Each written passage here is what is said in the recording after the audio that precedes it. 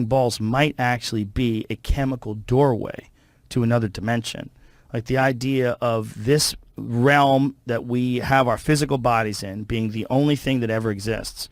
Well, if you talk to those string theorists, those people that understand quantum theory and that like debate whether or not there's 11 dimensions or 12 dimensions, like they think there's many more dimensions outside of the ones that we have senses to detect. And that might be what you encounter when you're encountering these incredibly potent psychedelic drugs. But the fact that the most incredibly potent and most hallucinogenic psychedelic drugs are closely related to normal human neurochemistry is really wild. Yeah, that is pretty cool. DMT is the most potent psychedelic drug known to man, and it's closely related to human neurochemistry. In fact, your brain produces the actual drug that makes you trip balls. The actual drug. I think your brain even produces 5-methoxy-DMT. I think your brain produces, see if that's true. I think your brain, which is even more potent, 5-methoxy, which is 5-MeO-DMT, is even more potent than a regular DMT in terms of like, you know, the impact per gram of the stuff. Wow. Yeah. I had a dream once. I have dreams. I have very vivid dreams. And I woke up one morning, woke up from the dream. And the dream was that I was in like a bay near an ocean, and then a giant wave came up, and it picked me up, and it carried me, and it threw me, and I woke up in the middle of it, and I was like shaking. Whoa. And my wife woke up, and I said, I just had this I told her the crazy dream. Went on the internet, and that was when that crazy tsunami had hit in Thailand. Isn't that fucking weird? That is weird. You believe this?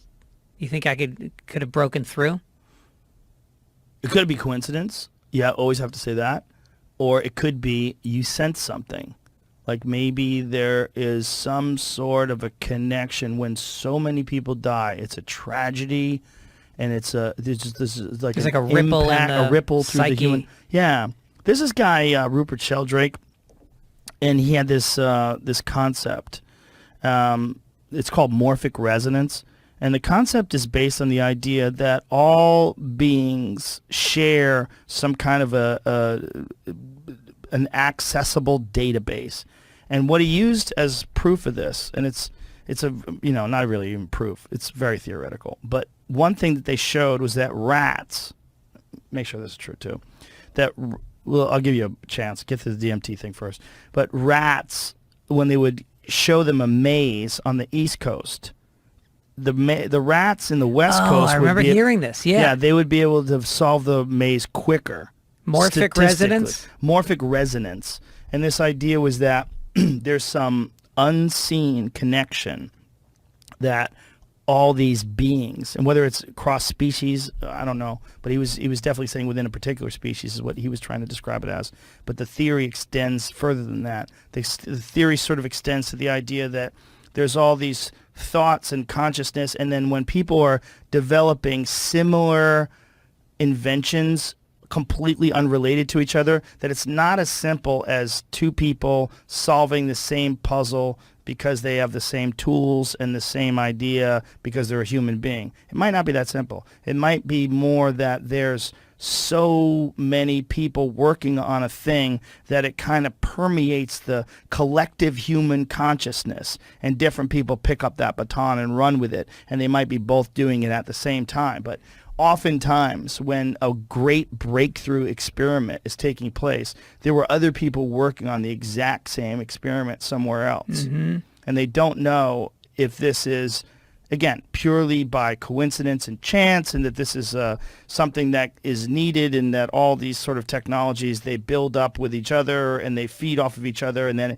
it kind of like naturally progresses to the cell phone, naturally progresses to Wi-Fi, whatever it is. But it might not be it. It might be something, it might be that as well.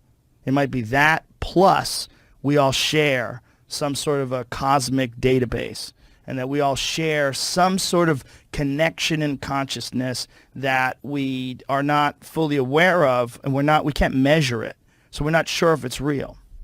So like an internet, like exactly like the internet, except it's just something that we're all wired into and unaware of, except on a subconscious level. And maybe it's not just, it's also developing, right? If you think of eyesight exists on almost every mammal, right? and eyesight had to have come out of a need for a thing, but it wasn't instant. It wasn't like a single-celled organism all of a sudden had eyesight. Single-celled organism became multi-celled organism, and eyesight slowly evolved, right? And our eyesight is eerily similar to the eyesight that exists in like squids, and octopus, cephalopods, like weird fucking creatures in the ocean. They have a different way of utilizing light and image, but it's kind of similar. So what is happening? How is that happening? Like, what is that? Like, this thing takes time. There must have been a very primitive version of eyesight. And then it became what we have now, where you can read and you can detect things in the distance and you can pick out different flowers. Yeah. You can focus. We go to see things. Like, the visual experience of going to the movies is a spectacular element of being entertained. Like, all the look around. Like, that's what we love. Beauty. We love art. We love to see things, right? That had to have evolved, and it evolved in a way that connects to our emotions. I mean, this artwork, you see it, it brings you to tears. Like some of the shit I saw in the Vatican, I mean, it changed my physical state to look at these incredible paintings and know that, like, in 1100 AD, somebody made this. Yeah. And here it is in this pedophile's basement in some fucking church that it gets to skirt international law and harbor fugitives, because that's what it is. But that very strange thing that we have, the sense of being able to see things, the sense of sight, that evolved. Maybe we're evolving a sense of how we each other think. Maybe telepathy is an evolving sense. And you're getting it in these like weird little hints and whispers. Like when you think about someone and then they call you, everybody wants to say that's a coincidence.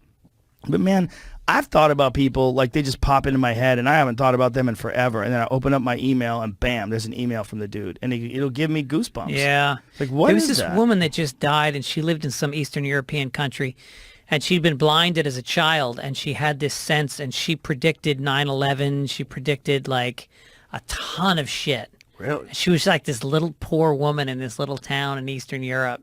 And she was blind. She was blind as a child. Yeah. I wonder if telepathy is something that's slowly evolving in the human animal. I could see that. It totally makes sense that it could. There's certain nonverbal communication that we all share. Here it is. Everything Baba Vanga, the blind Bulgarian mystic, predicted for 2022. Oh, great. What else did she predict?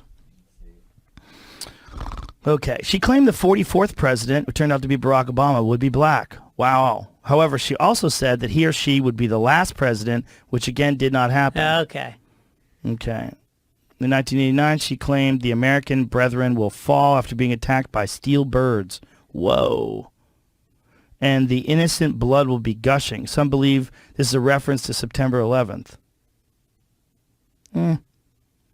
Vladimir Putin will win the 2018 election, she predicted. In 1979, during a meeting with writer Valentin Sidorov, Vanga said, "All will thaw as if ice, only one remained untouched. Vladimir's glory